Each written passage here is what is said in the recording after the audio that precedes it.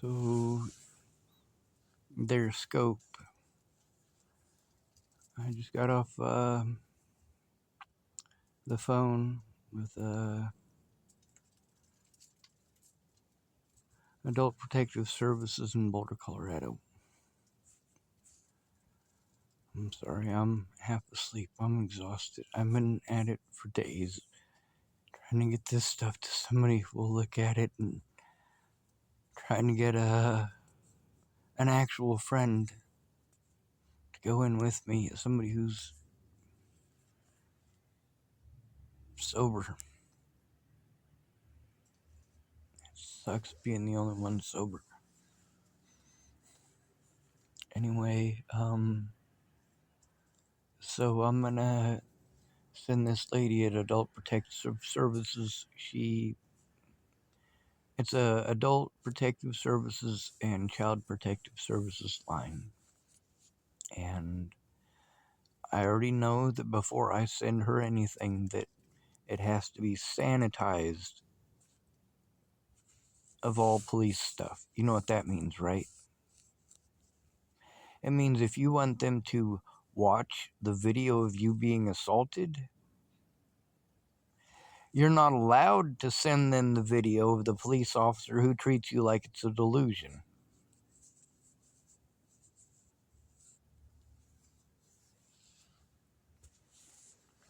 You get to hear her voice, but the fact is that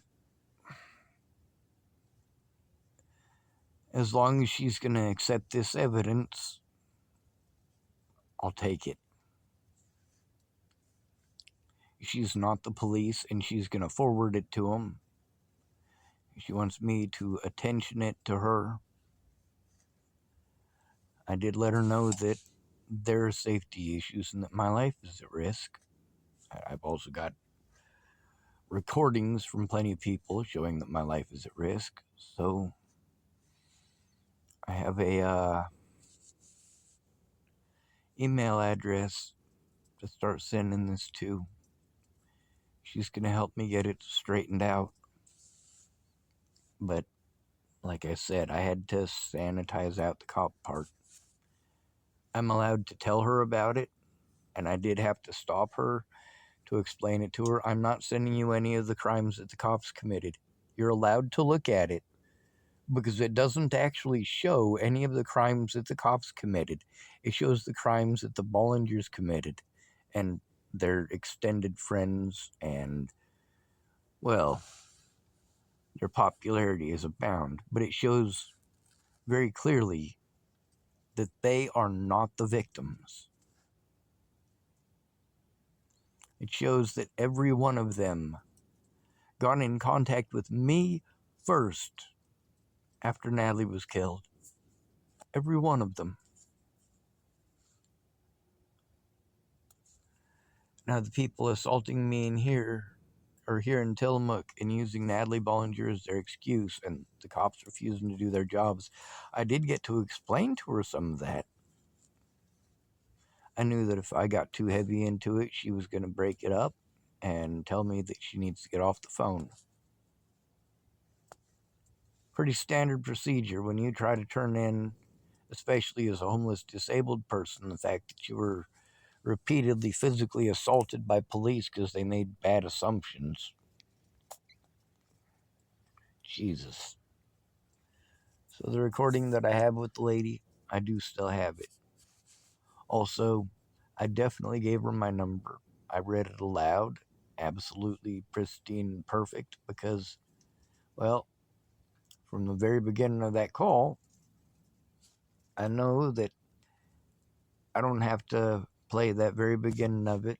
I can listen to it once I have it downloaded to my computer. Now I actually have the ability to know how to do that well enough that although I can't actually edit out my phone number, what I can do is when we get to that part, I'll recognize it and I will skip over my phone number. And that way we can post it safely. Meanwhile, it's an adult protective services worker in Boulder County. I'd rather not have to do that. So I let her know I was going to try to get some sleep and then that I was going to send it. She does understand that my life and safety are at risk here in Tillamook, Oregon. And she is going to make sure that it's sent to the right people so that this stops.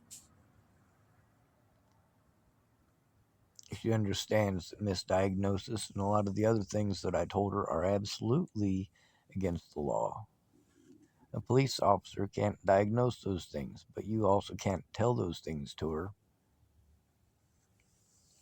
That's not her job. That's outside of her scope. If you say police officer or cop, it's outside of her scope. So, what I turned in very specifically is, well, I'm going to, when I'm able to function well enough to do that, is the same stuff that I sent to the Villains Crime Channel and to Claire Jordan. If they want to pull out little bits and pieces to pretend I'm a bad guy, that's fine, actually. I can't stop them. I sent the evidence to them for a specific intent and purpose, but that doesn't mean they'll use it for that. I'm also going to forward the conversations with the detectives in Natalie's case. Even though, well, I was there for several hours, there's not even hours worth of recording. So it's interesting to find out what's missing. But the other part of that is that going through this evidence to send it to people is traumatizing. I have to relive that shit. Not just all of that shit that I went through, but all of the shit that I went through because people just didn't want to believe it. Didn't want to believe that people would assault me. Didn't want to believe that people would make excuses up like that to assault me. Didn't want to believe all sorts of stuff. You know what? When I first changed my behavior to something serious instead of being the happy-go-lucky, funny Mr. Sean all the time, that's when you should have paid attention. Anyway, I can literally ramble for hours when I'm this fucking tired. You know why?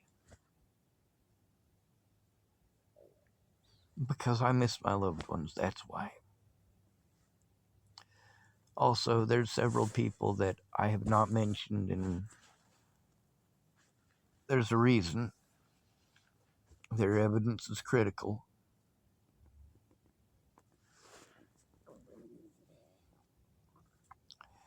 I'm willing to send anything to you guys.